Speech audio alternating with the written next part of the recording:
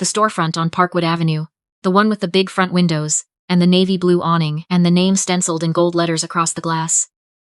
I did not design it for me. I designed it for the woman who let me store my boxes in her spare bedroom when my own sister told me her husband needed space. But I'm getting ahead of myself. Let me take you back to the part that still catches in my throat when I let myself sit with it too long. I was 27 years old, living in a rented studio apartment in Charlotte, North Carolina, working as a freelance graphic designer. I had built my client base slowly, the way you do when nobody hands you a door to walk through, one small business at a time, one referral pulling the next one loose. By that spring, I had 6 regular clients, and a monthly rhythm that almost felt like a real career. The biggest of them was a regional restaurant chain based in Ballantyne, on the south end of the city. They accounted for roughly 58% of my monthly income. Menace, seasonal campaigns, social media assets, in-store signage. They kept me busy and they kept me paid. In March, they restructured. New leadership came in and brought their own creative agency up from Atlanta, and the contracts they'd built with independent freelancers got folded into that new arrangement. I was given 2 weeks' notice and a polite email thanking me for my contributions. I need you to understand what that email meant in practical terms. It didn't mean I was inconvenienced. It meant that by May, I would be unable to cover the gap no matter how hard I worked around it. The building I rented my apartment from had recently been purchased by a property management company, headquartered in Dallas. My lease was month to month, inherited from the previous owner, who'd been flexible about timing when I first moved in. The new company was not flexible about anything. By early April, I had burned through almost everything I had saved trying to cover the shortfall. By the 3rd week of April, I had a notice on my door, 60 days to bring the account current or vacate. I had enough, if I stretched it painfully, to cover maybe 30. I did what felt like the obvious thing. I called my sister. Her name is Celeste. She is 4 years older than me, married to a man named Todd, and they own a 4-bedroom colonial in Huntersville, about 20 minutes north of the city. On a cul-de-sac with a 2-car garage and a finished basement they use as a rec room for kids who are mostly in middle school now. She works in hospital administration. Todd sells commercial insurance. They are not wealthy, but they are comfortable in the specific settled way that feels like a different species when you are watching your savings account hit double digits, and your hands won't stop shaking when you open your laptop. I called her on a Thursday evening. I laid it out as plainly as I could. Lost my biggest client. Behind on rent. Just needed somewhere to land for 6 to 8 weeks while I rebuilt my roster. I was not asking for money. I was not asking for anything except a room I could sleep in that wasn't my car. She was quiet for a moment. Not the quiet of someone thinking. The quiet of someone finding the right words for a decision that was already made. Then she said, "Fiona, I have to be honest with you. Todd's been really stressed about his numbers at work, and he's been coming home in a difficult mood. And his house is just not in a good place for guests right now." Guests? I was her sister, and she had used the word guests. I told her I would barely be there, that I would come and go quietly, that she would not even know I was in the house. She said, "It's just really not a good time." And then, softer, like she was trying to round the edge of something sharp, "You're resourceful, Fee. You always find a way through." I hung up and sat in my car in the Publix parking lot near my apartment for about 20 minutes. Not crying, just sitting with it, trying to identify what I actually felt. The answer, when I found it, surprised me. Not the hot, sharp hurt I would have expected, more like a chime for shins. The quiet closing of a door I had been watching swing on its hinges for a long time, finally settling into its frame. I called my mother that night. She lives in Asheville in a 1-bedroom apartment, so I knew the practical math of staying there wasn't workable. But I wanted her to be on my side, to say that Celeste was wrong. To say something that meant she understood what was actually happening. What she said was, "Well, honey, freelancing always had that kind of risk. Celeste has her own family to think about." Her own family. As if I was not also her family. As if I had been reclassified into some other category that existed outside the word. I thanked my mother and got off the phone and sat in my apartment looking at the boxes I had already begun packing. Because some part of me had understood, before I picked up the phone, how both calls were going to go. The next 3 weeks were the hardest of my life. And I want to be exact about that rather than approximate. I chased every lead I could find. Reached out to my 5 remaining clients about expanded scope, picked up 2 small jobs that brought in a combined $940. I stayed for a week on the air mattress of a woman I knew from a co-working space near South End. Not a close friend. Just someone who heard what was happening and felt bad enough to offer. After that, I spent 2 nights in my car, in a parking deck near a Target off Moorhead Street, because I had run out of people I felt I could ask. I am not going to romanticize sleeping in your car. I have heard people talk about it as clarifying, as stripping life down to essentials, as somehow character building. It is none of those things. It is cold even in April if you are not moving. It is disorienting in a way that is hard to explain. Like the city has established its whole schedule and its whole logic, without accounting for the possibility that you might still be there when the next shift starts. You watch people walk out of a grocery store with bags and you think, they are going somewhere. Every single one of them. And you are in the same parking deck you were in 12 hours ago, and you cannot think past the next morning. I was in that parking deck on a Wednesday night when I got a text from a number I hadn't looked at in close to 2 years. Her name is Ruth Ann. She was my next-door neighbor when I lived in my first Charlotte apartment, a 2-story complex off Central Avenue near Optimist Park. The first place I rented when I moved to the city at 23. She was in her early 60s at the time. Retired after 31 years as a middle school art teacher in Cabarrus County. And she had the kind of settled, unhurried presence that used to make the whole hallway feel calmer. Just because her door was open. She moved across the state line into Belmont when her lease ended at the old complex, and we'd stayed loosely in touch the way you stay in touch with people who matter more to you than your contact habits would suggest. The text said, Fiona. Heard through the grapevine you're in a hard stretch. I have a room. Come if you need to. No expiration date on the offer. I stared at my phone until the screen went dark. I turned it back on and read it again. No expiration date on the offer. I drove to Belmont that night. She had left the porch light on. She opened the door before I knocked. She told me later she'd been watching for headlights from the kitchen window, and she looked at the duffel bag on my shoulder and the expression I was probably wearing, and she said, You hungry? I made too much soup. That was it. No long conversation, no rehearsed comfort. No gentle inquiry into what had gone wrong and what I might have done differently. Just, You hungry? I made too much soup. I hadn't eaten since early morning. We sat at her kitchen table, a round table near a window that looked onto a small yard she kept in careful order.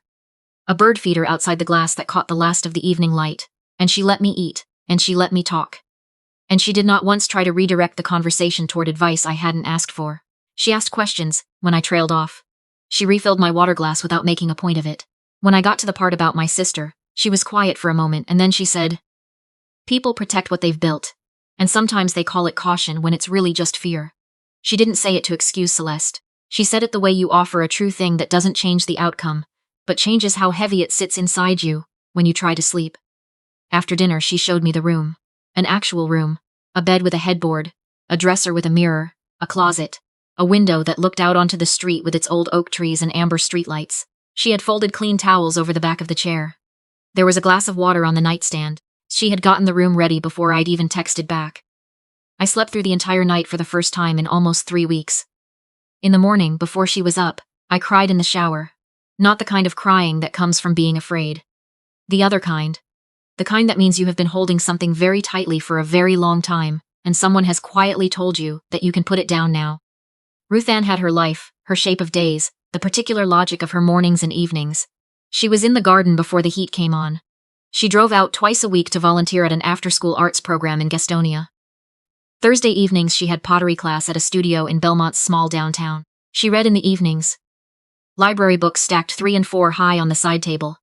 And she did it with the complete attention of someone who considers reading a serious activity, not a thing you do while waiting for something else.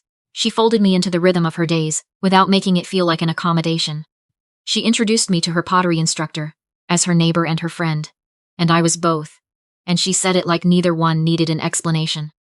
3 weeks after I arrived, she mentioned over breakfast that the organization where she volunteered, a small nonprofit that ran an after-school program and a quarterly children's arts magazine, had been trying for over a year to update their visual identity.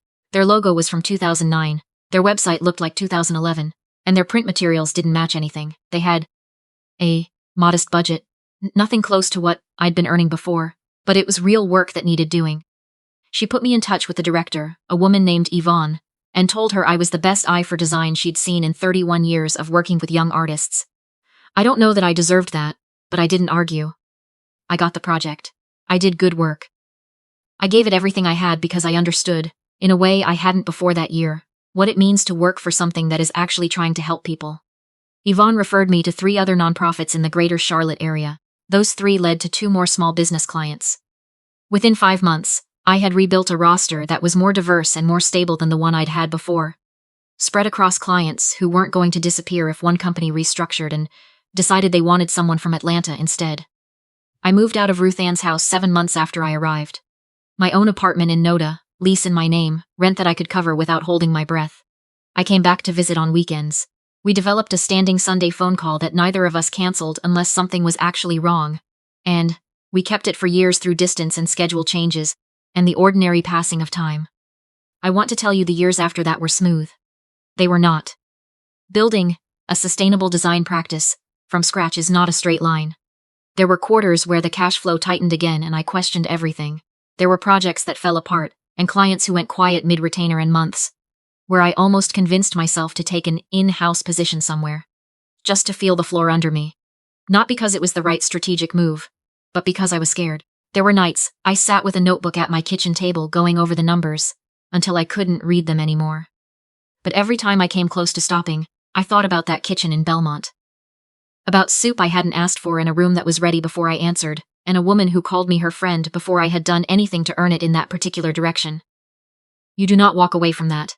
It doesn't feel like an option. By the time I was 33, I had saved enough and learned enough to take a real step. I had been carrying a business plan in a series of notebooks for 2 years, revising it, testing pieces of it through smaller decisions, running the numbers until they made sense. I found a commercial space on Parkwood Avenue in Plaza Midwood, a stretch of Charlotte that had grown into exactly the kind of neighborhood that supports small creative businesses. Independent shops, working studios, people who make things and sell them locally. I signed a lease. I hired 2 other designers and a part-time studio manager, who had been doing administrative work for a nonprofit downtown and wanted something she could grow into. We focused on brand identity and print for small businesses and nonprofits, because I understood that client base from the inside understood what they needed and what their budgets did, and what their budgets looked like, and how to build trust with organizations that couldn't afford to waste money on work that didn't hold up. We named the studio Ground Floor Studio, because that is what Ruth Ann's kitchen had been for me. It's not a second chance, a first real one.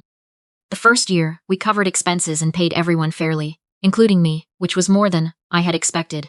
The second year, we turned a profit large enough that I could put money back into equipment and still take something home that felt like stability rather than survival. By the end of the third year, we had built a reputation in the Charlotte design community and more incoming work than our small team could absorb, which meant I needed to think about growing carefully rather than fast. I had been thinking about Ruth Ann the entire time. I want to explain how I came to do what I eventually did. It started about 18 months into running the studio, when I drove out to Belmont on a Sunday and noticed that her yard, always so deliberately kept, one of the ways she spent her mornings, had some neglected sections near the fence. She mentioned, carefully, over coffee, that her landlord had raised her rent twice in 2 years and she had been doing the math on whether Belmont was still practical on a fixed retirement income. She said it. The way people say things they have already made their peace with, the way you report a fact that has already been processed into acceptance and doesn't need anyone to fix it. I started looking at properties the following week. I looked for almost a year, because I had learned by then that the right thing done wrong is just a different kind of mistake. I looked in Belmont specifically, because she had made a life there, had her routines and her pottery studio, and her Gastonia drive on Tuesdays and Thursdays, and I was not going to ask her to uproot any of that in exchange for being helped. What I found was a craftsman bungalow on a quiet street, 4 blocks from where she was renting. 2 bedrooms, a covered front porch that ran the width of the house, an updated kitchen, and a backyard with 2 raised garden beds the previous owners had installed but not maintained. Good structure, good soil underneath, just waiting for someone who knew what to do with them. I bought it in early fall. I had the garden beds rebuilt and replanted before I told anyone. I hired a contractor to repair the porch railing and refinish the porch floor. I had the kitchen painted a soft sage green, because sage was the color of the ceramic mug she had been drinking her morning coffee from, for as long as I had known her. A mug she'd bought at a craft fair 20 years ago, and kept because it fit exactly right in her hand. I remembered her saying once, maybe 4 years earlier, that she'd always wanted a kitchen that felt like a place to stand, not just pass through. I don't think she remembered saying it. I planned a dinner and told the people I invited it was to celebrate Ground Floor's 3rd year in business. Which was true, just not the whole reason. Celeste came. Todd came. My mother drove in from Asheville. Ruth Ann came in a green linen blouse, carrying a bottle of wine and asking on the phone beforehand if I needed her to bring anything else. I told her just come. We were about halfway through dinner when Celeste made a comment. She had been making smaller ones all evening, the kind framed as pride but functioning as a certain kind of ownership. As if the outcome had something to do with a faith she had maintained all along. At some point she said, "I always knew you were going to build something real, Fee. I just always knew it." I looked at her across the table. I did not say. "You told me your husband needed space when I was sleeping in a parking deck off Moorhead Street." I did not say, "What you knew and what you did were not the same thing." I said, "I had the right people around me at the right moments." I looked at Ruth Ann when I said it. She looked back at me with the particular expression of someone who has known you long enough to understand everything. Underneath the sentence you are saying out loud. After dinner, I asked everyone to move into the living room. There was a small wooden box on the side table, a box I had commissioned from a woodworking student at the Gastonia Arts program, painted sage green, with small white flowers pressed into the lid, because white was the color of Ruth Ann's bird feeder in the yard, where she had watched it every morning through the kitchen window. I handed it to her. She looked at me, the way you look at someone when you haven't decided yet whether they are serious. "What is this, honey?" "Open it." She did. Inside was a key, on a plain ring and a folded piece of paper with a street address written in my handwriting. She read the address, she looked at the key, she looked at me. She read the address again. "Fiona." "It's yours," I said. "The deed has been in your name since I signed in October." She started crying in the real way.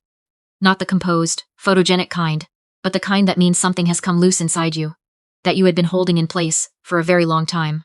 She kept shaking her head.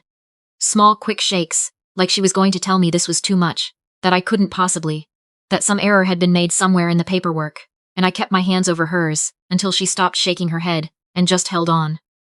The room went quiet in a way rooms almost never get to be. My mother had her hand pressed over her mouth near the window. Celeste sat very still with her hands folded in her lap.